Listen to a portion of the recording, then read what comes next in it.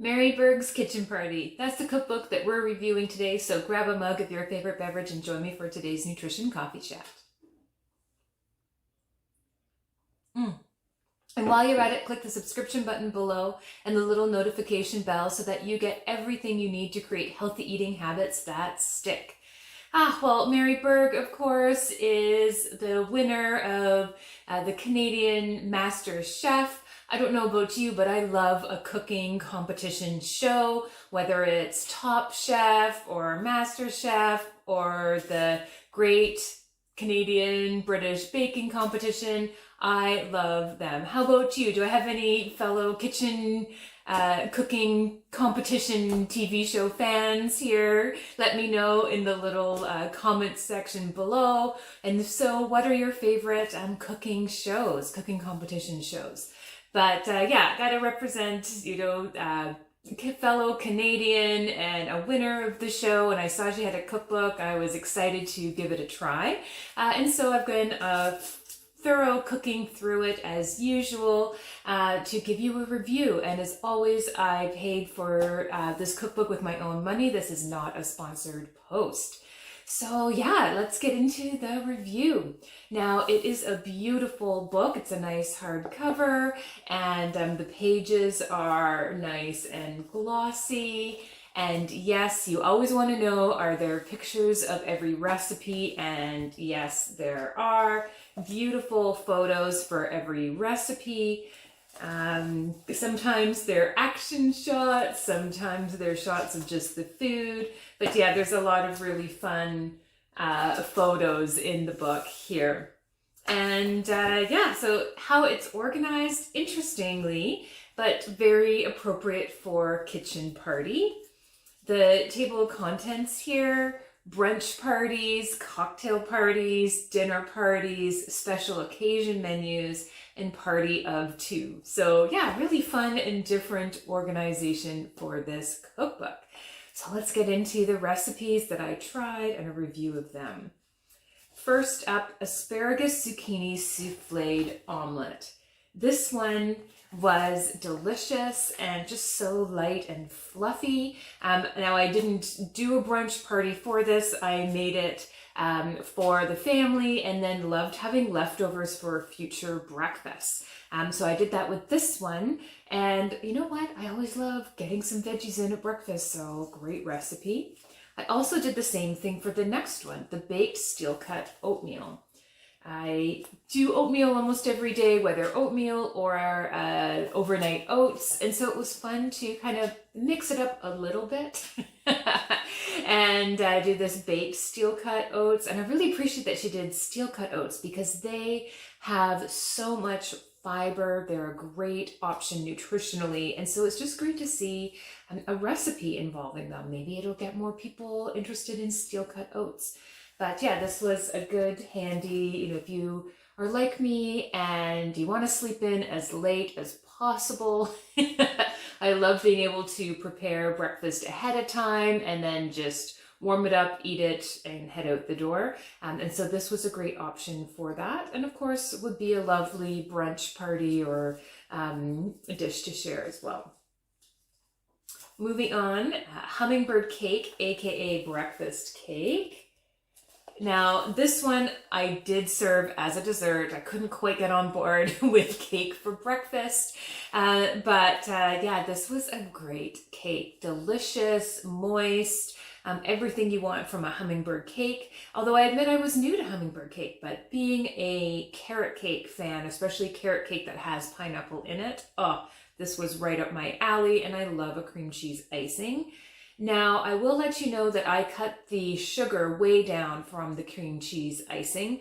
I do like my cream cheese icing to have a fair amount of tang, like cream cheesy taste with some sweetness rather than a really sweet cream cheese icing. And so I did cut it down to half of even the lower end of the range that she recommended. But this is not something specific about her recipe. This is something I do pretty ubiquitously when it comes to a cream cheese icing. So that's just something that I know that is my flavor profile that I prefer, and so I do that. But yeah, I love that kind of the sweetness in the cake, and then the slightly sweet tang of the cream cheese icing, that contrast happening. And so this was a moist, delicious cake. I just don't know that I'd be on board with eating it for breakfast. Okay, moving on. We've moved into more dinner entrees. And this is the tomato oven risotto. Now this sometimes happens in this cookbook where the photo isn't on the recipe page, but there's a little reference of where to go. So I'm turning back to page 123 here to show you the picture. And here we are. Great, and it's just up in the top corner there. And so this one, you know, it's about being able to make a risotto without standing there and stirring it and having it as labor intensive. And she was right that it was very non-labor intensive. You throw it together, you throw it in the oven, there you go. But I did find that it didn't quite have that gooey texture that is the joy of risotto. So yeah, you know, it was kind of a mediocre recipe, this one. However, yes, the next recipe was amazing. Roasted Napa cabbage. This one, I tell you, I have gone back to again and again. This is a delicious way to do Napa cabbage. I've also done it with soy choy here, which is something that we have much more consistently in the grocery stores around me. And great little swap out, very, very similar veggie, and did it the same way. So good. And I love roasting veggies. I love cabbages. How I never thought to do this myself, I don't know, but I'm really happy to have shared this. This has become, you know, in the rotation, in the repertoire for just regular weeknight, super quick recipe. Don't just save it for entertaining. It was a great staple to add. Okay, moving on. Blueberry upside down lemon cake. Hey, I love blueberries, I love lemon, and I really love that interplay together. And so this was a great blueberry lemon cake. And it does call for fresh blueberries. I made it during the time of year when blueberries aren't in season, so I used frozen blueberries. It still worked out great. It was delicious. Very happy with this cake recipe. And she talks about that her favorite cakes have no icing, and I'm with her on that one. This is a great icingless cake recipe. So she's serving it as a you know, with her entertaining book. I would say it's a pretty good, you know, cake recipe for not just saving for entertaining, just for, you know, maybe Sundays, maybe a weekend, you're looking for a little something sweet. Great idea. Okay, maple-glazed parsnips. This one, I won't go through, find the rest of the photo for you, but I love a maple-glazed parsnip. This is something that is already in my repertoire, but, you know, I love that she included them here. Parsnips, I find, a bit of an unsung veggie, so really happy to see that she's, you know, bringing awareness and some delicious recipes for some veggies that often don't get a lot of loving. I make this one.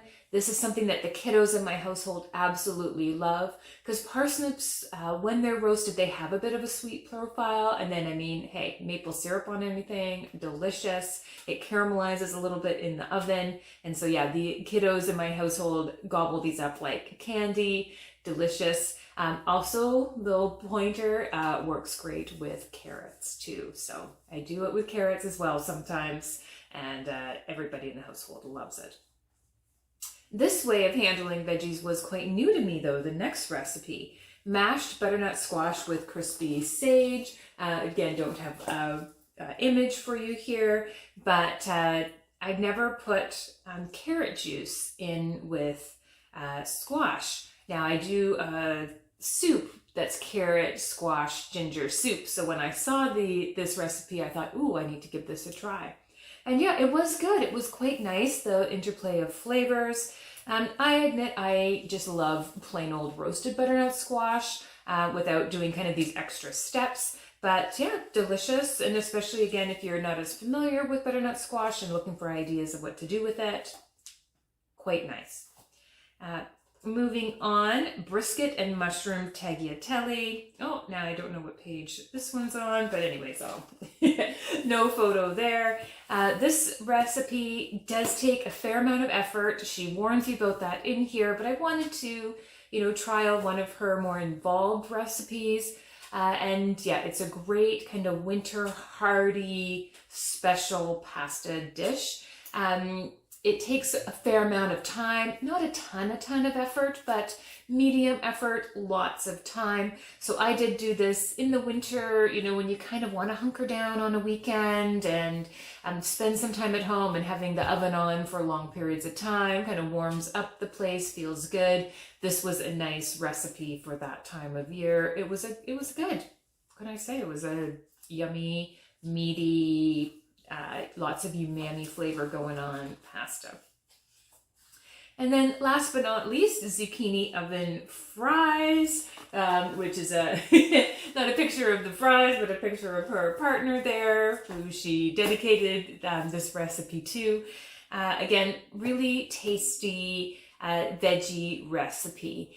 You kind of dip it in panko and then roast it in the oven. And so yeah, the kiddos loved this one. Again, some really great veggie recipes throughout this book. And so, even if you're not looking to entertain, but you're just you're feeling stuck in a rut with your veggies, this is a good book for some new ideas. So those are all the recipes that I gave a trial from this cookbook. Would I give it a recommendation? Yeah, I do recommend it. I think for a very specific person. This is a great book if you're kind of in your kind of mid to late 20s, early 30s, you're, having grown-up dinner parties now. You're inviting your friends over, you're wanting to cook for them, maybe have some cocktails or something to drink with it. And you're looking to kind of build your repertoire, feel confident doing, some real cooking for entertaining. This is a great book for that. I would say if you've, been entertaining for years and years and years, probably don't need this cookbook. There weren't a ton of groundbreaking recipes for me in here. But yeah, I think if you're kind of starting out in that journey, you're arriving in that stage of life, you're looking for some cookbooks, some repertoire for hosting your friends at your place, kind of an adult, like a big girl or a big boy adulting kind of place. This is a good book for that. So if that sounds like you, pop down to your local bookstore to get it. Or if you happen to get your books from Amazon, I do ask that you use the link in the description box below that I've got for you there. When you do so, I earn a little bit from your purchase at no extra expense to you. It's just a lovely way to support what I do here on this channel. I've queued up a couple more cookbook reviews for you here. If you like today's video, let me know. Click the thumbs up button below. Have a great month, and I will, in the meantime, enjoy healthy eating.